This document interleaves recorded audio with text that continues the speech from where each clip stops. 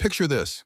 You wake up to the grinding roar of concrete mixers tearing apart a creek that's flowed behind your home since before the Civil War. Diesel fumes mingle with the sharp tang of crushed limestone, filling your lungs as you watch $8,000 of homeowner fees vanish into what used to be a crystal-clear mountain stream. It's for flood control, HOA President Brenda Hartwell smirks from the leather seat of her white Tesla. What she doesn't realize, I'm a retired Army Corps hydrologist, and she's just built herself a ticking time bomb. Fast forward 6 months. Brenda's $1 million colonial sits in 2 feet of swamp water, the foundation splitting like firewood, while my old shabby ranch stands bone dry. The FBI is at her door, and that concrete channel she was so proud of, it's about to cost her everything. What would you do if your HOA stole your money to destroy your peace? I'll bet your neighbors have tried something just as insane. My name's Dale Brennan, 58 years old. Until half a year ago, my biggest worry was hunting down carburetor parts for a 1972 Harley Sportster. Turns out I was wrong. The real threat wasn't rust or engine trouble. It was an HOA president who thought a real estate license made her a PhD in hydroengineering. I inherited my grandfather's 2-acre slice of paradise back when Willowbrook was nothing but cattle pasture, and the only HOA stood for herd of Angus. My grandfather, William Brennan, was a combat engineer who survived Normandy and came home to build something beautiful. For 3 years after I retired from the Army Corps, my mornings followed the same ritual. Coffee on the back porch, Cottonwood Creek whispering over smooth granite stones, the scent of motor oil from my workshop mixing with wet willow bark. My boots crunched along the gravel paths my grandfather laid by hand in 1948. Martha, my wife of 26 years, teaches 4th grade and has the patience of a saint, which she would need for what was coming. Our kids, Jessica, a trauma nurse in Portland, and Mike, a software engineer in Austin, scattered like tumbleweeds, but both inherited their great-grandfather's stubborn streak. What made our property priceless wasn't the 1950s ranch house or the motorcycle parts stacked in my shop. It was 400 yards of creek with water rights dating back to 1873. Older than Colorado statehood, older than electric lights, and way older than suburban princesses with attitude problems. Then came Willowbrook Estates, 47 homes, average price, $9,000, mostly California transplants fleeing their own HOA nightmares. The irony was thicker than the morning mist on my creek. And then she arrived. Brenda Hartwell, 52, HOA board president and self-appointed empress of suburban perfection. White Tesla, vanity plates reading sold for you, pearl earrings like battlefield medals. Her $1 million lawn ended exactly where my wild creek began. The first shot in our war came on a Tuesday morning that smelled like coffee and impending legal bills. I stood there listening to Cottonwood Creek babble over stones that had been in place since before Brenda's family name meant anything. Stones older than her bloodline by several geological ages, flowing right through the heart of her perfect little kingdom. You'd think losing a water rights case might humble someone. You'd be wrong. Brenda Hartwell seemed to have graduated from the school of doubling down on bad ideas because her next move was so brazen it almost impressed me, like watching someone swan dive off a cliff while shouting about their constitutional right to fly. 3 weeks after the county ordered her to stand down, Brenda called an emergency HOA board meeting. Naturally, she scheduled it for the 1 week Martha and I were visiting Jessica in Portland, our first real vacation since this nightmare began. She sent the meeting notice to an address we hadn't lived at in years, guaranteeing we'd never see it in time to object. The agenda sounded harmless. Emergency flood mitigation assessment. In reality, Brenda presented doctored photos showing severe erosion damage to HOA property, pictures that looked suspiciously like someone had taken a backhoe and made the damage themselves. Her engineering consultant? Not an engineer at all, just her cousin's landscaping contractor. His expert opinion claimed that immediate concrete channeling was needed to prevent catastrophic damage. The vote passed 6-1 with only Edwin Kowalski in opposition. Edwin called me that night in Portland, his Polish accent thick with outrage. Dale, this woman, she is crazy. Says flood will destroy everything if we don't put concrete in your creek. She has pictures, but they smell like fish left in sun too long. A special assessment was approved, $1,800 per homeowner, total project cost, $127,000, for work any competent engineer would have told them was pointless. But Brenda had found her golden hammer, and now every problem looked like a nail that needed concrete. I cut our vacation short. Martha tried to sleep beside me as I white-knuckled the steering wheel through the night, calculating how much damage they could do in 72 hours. The answer? Plenty. The sound hit me first. Jackhammers and diesel engines growling where birdsong once lived. Then the smell. Concrete dust mixed with crushed vegetation. Diesel exhaust clinging to the valley like industrial fog. I rounded the last bend to my driveway and froze. My creek was gone. In its place was a gray concrete trough, 18 inches deep. Something you'd expect behind a prison, not in the Colorado mountains. They'd buried my grandfather's boulders under tons of cement, erasing fish-spawning grounds that had existed before Colorado became a state. Martha stood beside me, tears streaking her cheeks. "They killed it," she whispered. "They actually killed a living creek." But here's the thing about being a hydrologist for 3 decades. You learn to think like water. And water, sooner or later, finds the truth. I documented everything. Photos, water flow measurements, chemical samples. I dug into Pinnacle Construction's history and found a rap sheet. 3 EPA violations in 5 years, 75,000 in fines for unauthorized waterway modifications, and a habit of starting work before permits were approved. And here's what most people don't know. Major changes to a natural waterway require permission from the county, the state environmental agency, and often the EPA.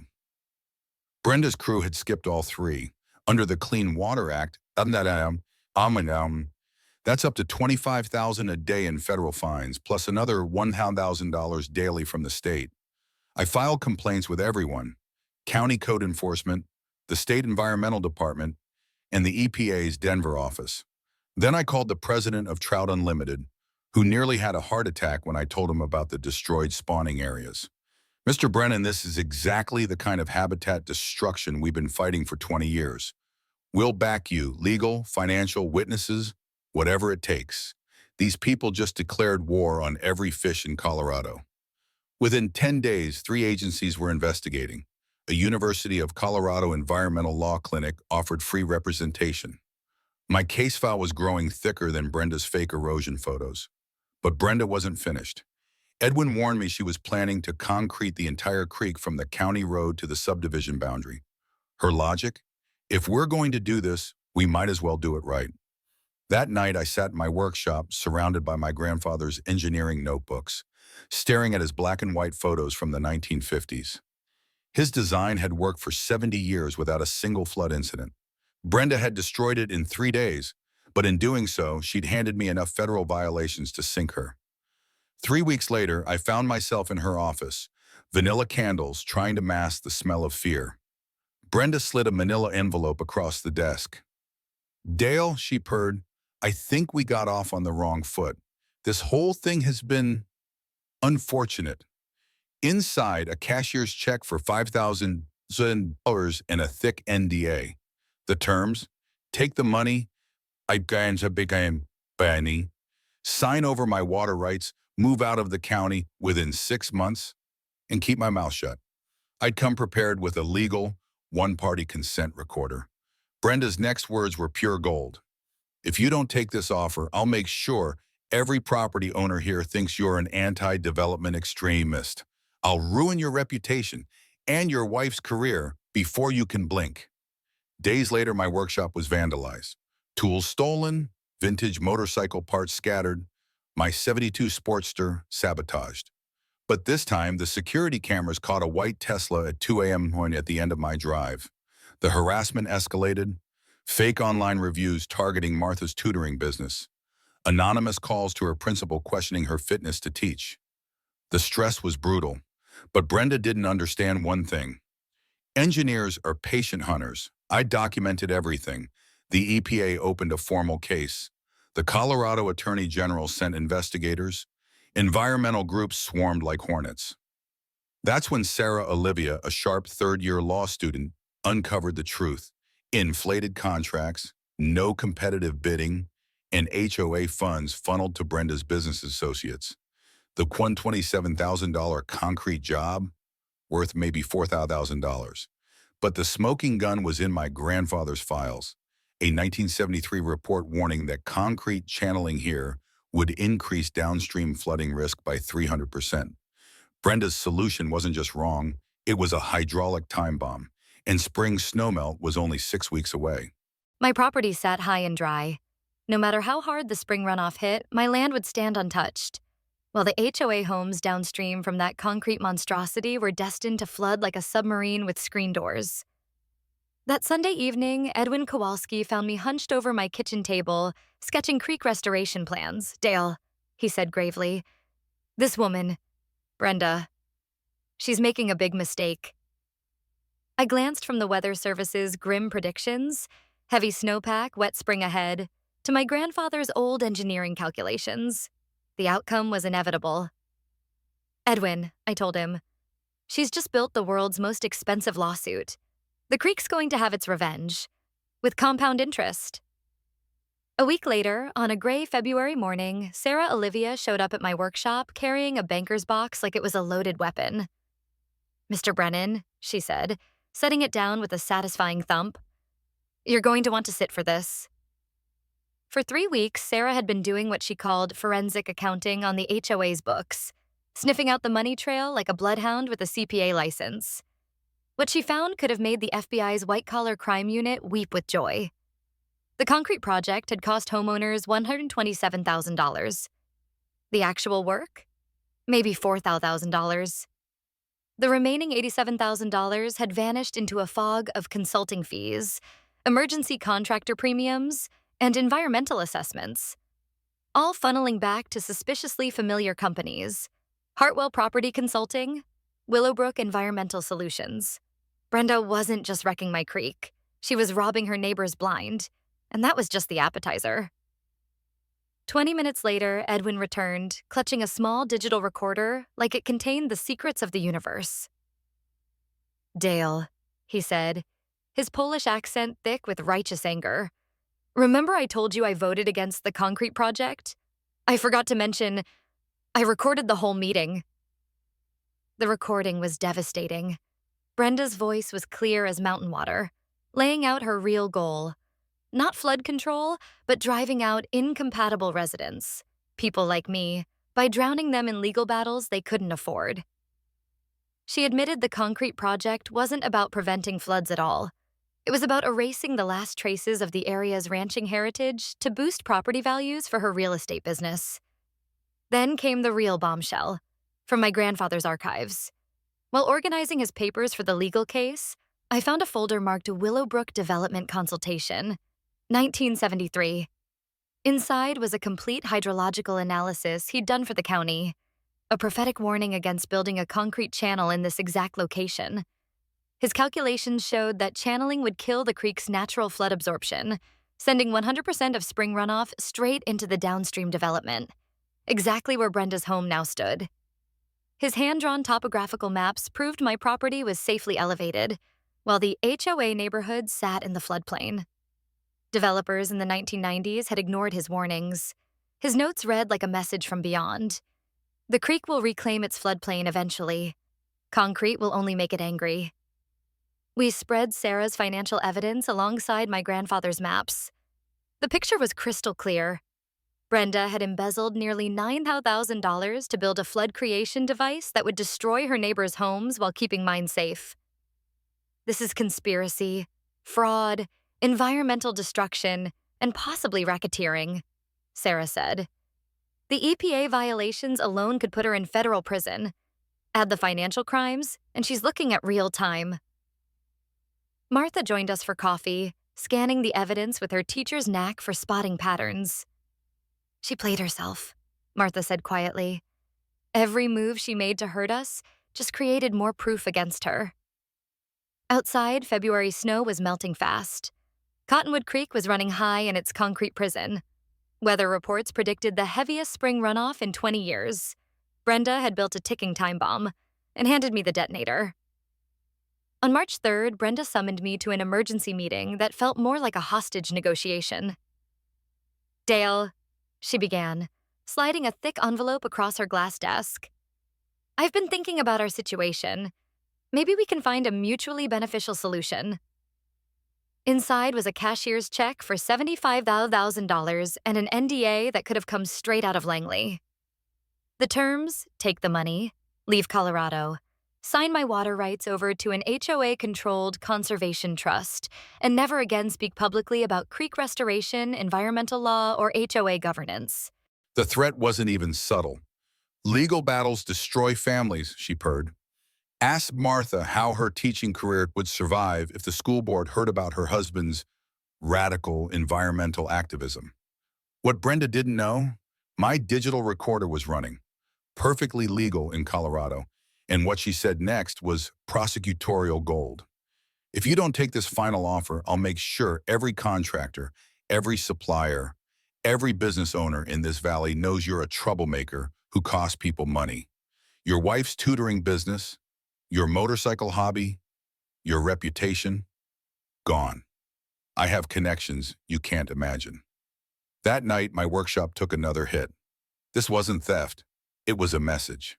My completed Harley lay on its side, frame bent, 40 hours of restoration obliterated in minutes. My grandfather's original engineering notebooks were scattered, pages torn, others soaked in motor oil. But they made a fatal mistake. My upgraded security system caught it all in high-definition color, two hooded figures vandalizing the shop before climbing into a white Tesla with distinctive vanity plates at 2:17 a.m. One of them wore $300 sneakers I'd seen on Brenda's 17-year-old son. The psychological warfare shifted into overdrive. Martha's tutoring business got slammed with fake reviews, unprofessional conduct, political indoctrination, unsafe for children. Someone created burner social media accounts accusing me of a dishonorable military discharge, mental instability, and violent tendencies toward authority. Anonymous letters went to parents, warning about dangerous political extremists in local education. 3 families canceled tutoring sessions. Here's what Brenda didn't understand about engineers. We document everything. Every threat, every smear, every act of vandalism went into files so thorough they could have doubled as FBI case briefs. Because that's exactly what they became. Agent Lisa Park from the FBI's white-collar crime unit was now investigating HOA financial fraud. Agent Tom Rodriguez from the EPA's Criminal Enforcement Division was building a case on environmental violations. Sarah Olivia's forensic accounting traced nearly $2,000 in stolen homeowner funds. Brenda was unraveling. Edwin Kowalski reported screaming matches with 3 board members during their last meeting. 2 more resigned, leaving her and a single loyal ally in charge of a subdivision spiraling into legal meltdown. Meanwhile, March temperatures ran 15 degrees above normal. The National Weather Service issued flood watches for the entire Front Range. Cottonwood Creek surged at 150% of normal flow, and peak snowmelt was still 6 weeks away. Evenings, I measured flows at the concrete channel. My grandfather's decades-old math was spot on. Instead of dissipating across the natural floodplain, every drop of excess water was being forced into a narrow, high-pressure chute aimed straight at the HOA's million-dollar homes. CSU simulations showed peak floods could undermine foundations. Insurance companies were already hinting that flood coverage might be voided entirely. The tide turned. Local businesses put up support Dale signs. The high school environmental club adopted creek restoration as their senior project. Veterans groups treated this like an attack on one of their own. Regional fishing and conservation groups made it a rallying point against corporate-style HOA tyranny. But Brenda wasn't done. Edwin warned she was planning something desperate for the next board meeting. Maybe hiring private security, maybe filing for a restraining order to brand me a threat to community safety. That night, Martha found me bent over flood maps and weather data. "How bad is it going to be?" she asked. I looked at the numbers. Bad enough to end this one way or another. The call came at 5:23 a.m. on March 15th. Edwin's voice was low, urgent. "Dale, she is packing moving truck. Big one, middle of night, very suspicious." I drove past Brenda's place as the sun lit the mountains gold. A commercial mover was loading high-end furniture. Her Tesla was packed tight. The woman who'd spent 6 months trying to drive me out of the valley was staging her own midnight retreat. Then came her last gambit, equal parts brilliant and insane. Sarah Olivia called with the news. Mr. Brennan, Brenda just filed for an emergency restraining order. She's claiming you've been stalking her family, making terrorist threats against HOA property.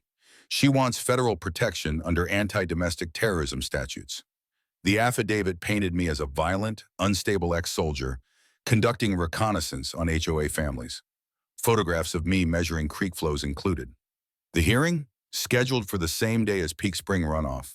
Kate Morrison arrived with a legal brief thick enough to stop a bullet.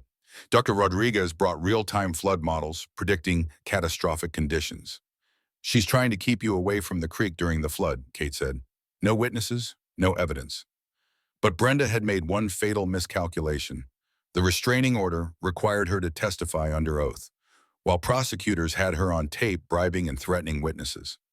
The FBI's embezzlement case was airtight. Nearly $200K stolen through fake contracts and kickbacks, layered with intimidation, fraud, and environmental crimes. The night before the hearing, I sat in my workshop cleaning my grandfather's service revolver, not out of fear, but to focus my mind. Outside, the creek roared like a caged beast, the concrete channel turning it into a pressurized water cannon aimed at the HOA's front doors. Martha appeared in the doorway. Tomorrow changes everything, doesn't it? One way or another, I said, listening to the water strain against its prison. Either the courts work or physics does the teaching. The media frenzy was at full tilt. Denver stations planned live coverage of both the court hearing and the flood. The hashtag #ConcreteV's nature trended nationwide. Sarah confirmed Brenda's family had already bought a home in Florida, liquidating assets, moving money offshore. Even her own HOA supporters were turning. Edwin came by after the final board meeting. Dale, this woman, she has made herself enemy of everyone. Even people who voted for Concrete Project. They see now she lied. The irony was perfect. Brenda had spent months trying to isolate me. Now she stood alone, surrounded by rising water. Brenda's greed had done what no outside enemy could, isolated her so completely that even her allies were quietly stepping away from the wreckage. Tomorrow, a federal court would decide whether environmental law could protect citizens from HOA overreach. But spring floods don't wait for verdicts. Physics was about to deliver its own ruling on concrete versus nature, and physics, unlike Brenda, had never lost a case. March 22nd, Denver. The federal courthouse was packed shoulder to shoulder, overflow crowds watching from the lobby, news crews jostling for position outside. Presiding was Judge Martha Blackwood, no relation, whose ironclad reputation for enforcing environmental law made corporate lawyers sweat bullets. The gallery was split between environmental groups, veterans organizations, and families who had fought their own HOA battles. Outside, Cottonwood Creek was swelling with spring snowmelt. Inside, Brenda Hartwell was about to face something she couldn't control. Kate Morrison, my attorney, opened like a surgeon, precise, methodical, and deadly. Your Honor, this case is about the deliberate destruction of a century-old ecosystem to serve one woman's personal vendetta. The defendant not only violated environmental law, she embezzled nearly $2,000 from her own community to fund it. Brenda's lawyer, a nervous associate from Peton and Associates, tried to paint me as a radical environmentalist blocking necessary flood control. His voice cracked as he claimed the project had been approved by qualified contractors. Then Kate played the recordings. Brenda's own voice filled the courtroom, offering bribes, threatening Martha's career, and bragging in a secret HOA meeting about forcing out incompatible residents to raise property values for her real estate business. The gallery gasped. Your Honor, Kate said, the defendant's own words prove this was never about flood control.